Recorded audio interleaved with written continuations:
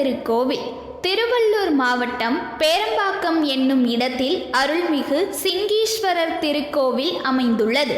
பிரகாரத்தில் ஆஸ்தான விநாயகர், வள்ளி தெய்வானையுடன் முருகன், ஸ்ரீதேவி, பூதேவி சமேத ஆதிகேசவ பெருமாள், வீரபாலீஸ்வரர், வீணை ஆஞ்சநேயர், காலபைரவர், சூரிய பகவான், சண்டிகேஸ்வரர் சன்னதிகள் உள்ளன. ராஜகோபுரம் தெற்கு திசை நோக்கி அமைந்துள்ளது. மூலவர் மற்றும் அம்பாள் கோபுரம் கிழக்கு திசை நோக்கி அமைந்துள்ளது. சிவன் சன்னதியின் முன் வீணை ஆஞ்சநேயர் சிலை உள்ளது. இசைத்துறையில் பிரகாசிக்க விரும்புவோர் இவரை வணங்கினால் சிறப்பாக படிப்பார்கள். ஆஞ்சநேயர் மூல நட்சத்திரத்தில் பிறந்தவர். கலைமகளாகிய சரஸ்வதிக்குரிய நட்சத்திரம் மூலமே.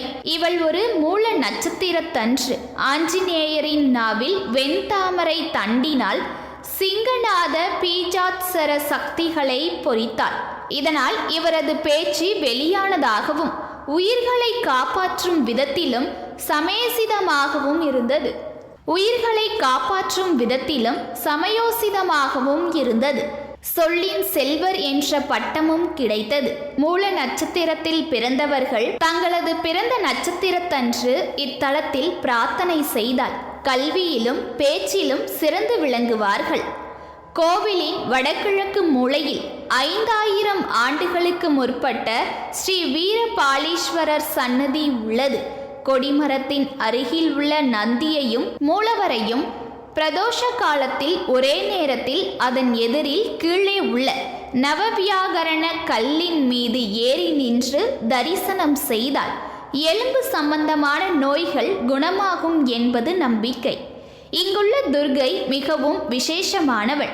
42 வாரம் இவளுக்கு தீபமேற்றி வழிபட்டால் வேண்டியது கிடைக்கும் என்பது நம்பிக்கை.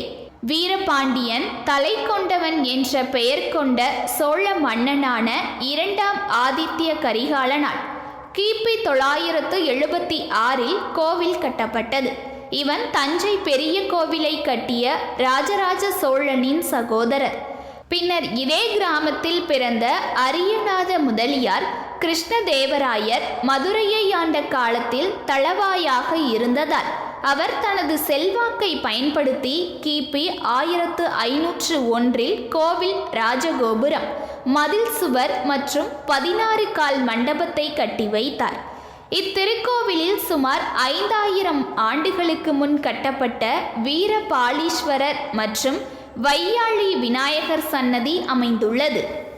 சிவபெருமான் பஞ்ச சபைகளில் ஒன்றான திருவாலங்காட்டில் ஆனந்த தாண்டவம் ஆடிய போது சிங்கி என்ற நந்தி தேவர் மிருதங்கம் வாசித்தார். அவ்வாறு இசைக்கும் போது தொழில் பக்தியில் ஆழ்ந்து கண்ணை மூடிவிட்டார். இதனால் சிவனின் நடனத்தை காண முடியாமல் போய்விட்டது. இசை ரசனையில் சிவநடனத்தை காண முடியாமல் போனதால் அந்த ஆனந்த நர்த்தனத்தை காண வேண்டும் என்று சிவனிடம் விண்ணப்பித்தார். அவரது தொழில் பக்தியை பாராட்டிய சிவன் பூலோகத்தில் உள்ள மெய்ப்பேடு என்னும் தலத்திற்கு வருமாறு சொன்னார். நந்தி தேவரும் அங்கு சென்று அங்கிருந்த லிங்கத்திற்கு பூஜை செய்தார். அப்போது சிவபெருமான் அவர் முன் தோன்றி மீண்டும் நடனம் புரிந்தார். சிங்கி என்னும் நந்தி வணங்கிய தலம் என்பதால் இறைவனுக்கு சிங்கீஸ்வரர் என பெயர் ஏற்பட்டது. அம்பாள் நறுமணம் மிக்க மலருக்கு உரியவளாக இருப்பதால் புஷ்ப குஜாம்பாள் என்றும் பூமூலை நாயகி என்றும் அழைக்கப்படுகிறாள். தேவர்களும் அசுரர்களும் பார்க்கடலை கடைந்த போது மோகினி அவதாரம் எடுத்த மகாவிஷ்ணு தனது மெய்யான ரூபத்தை பெற இங்கு சிவனை வழிபட்டார். இதனால் இந்த ஊர் ஆரம்ப காலத்தில் திருமால்பேடு என்றும் பின்னர் மெய்ப்பேடு என்றும் தற்போது மப்பேடு எனவும் அழைக்கப்படுகிறது. சோம்பல் என்பதே இல்லாமல் மிகவும் சுறுசுறுப்பாக செயல்படுபவர். கல்வி கேள்விகளில் ஆர்வம் நிறைந்திருக்கும்.